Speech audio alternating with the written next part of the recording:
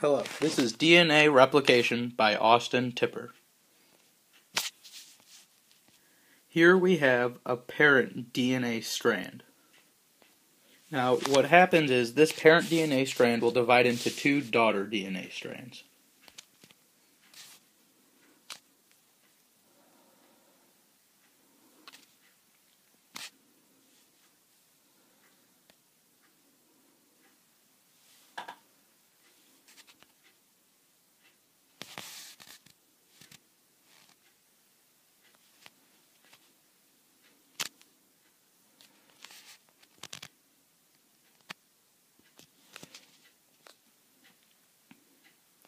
Now, this is what a DNA strand looks like unraveled.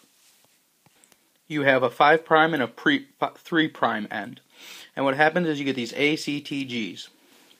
And what happens is, on the other side, you're going to get TCGA, which would make the bottom go 3'5", and this is what we call an anti-parallel structure.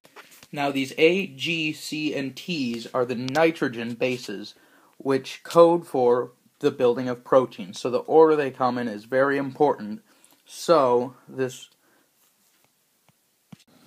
Now, once the strand's built, this primer have to be removed, and then the nucleotides are filled in. And what has to happen is a DNA ligase has to come in and join these two bits together because it's not connected. Now what happens is at the end of the DNA strand, you end up getting this scenario, where you have this area that can no longer be replicated because there is no longer room because it forks together. So no more DNA must come in. So what happens is it ends up getting cut off, losing nucleotides and potentially losing valuable DNA information. What you'll see is this thing called telomerase will actually come in and attach telomers, which is this area that is okay to be cut off at the end of DNA replication because no important genes are there. What this allows is DNA, every time it's replicated, to be shortened just a little bit without actually losing any genetic information. And so once that's done, you have two new DNA strands that, if the telomerase did its job right, have all the DNA necessary for life to live on and the DNA to replicate again. Thank you. This was DNA Replication with Austin Tipper. Goodbye. So this anti-parallel structure is very important that it doesn't end up getting messed up while it's being replicated. Now what's going to happen is we're going to have this thing called a helicase come along, and what its job is to cut the DNA in half down the middle so we can have these two separate strands.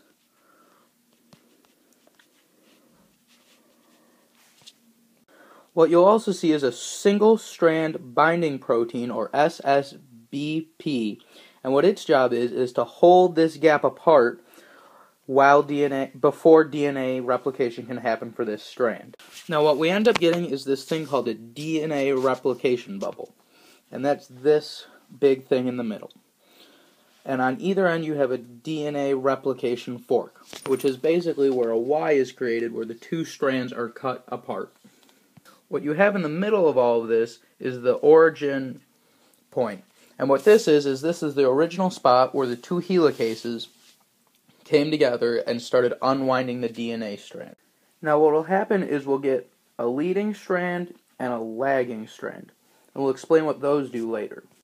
What we'll see is this primase will attach a primer to the DNA strand. And what's important about this is it creates another 3 and 5 end, which is important because DNA replication can only go in one direction. And what this prime area is made out of is RNA.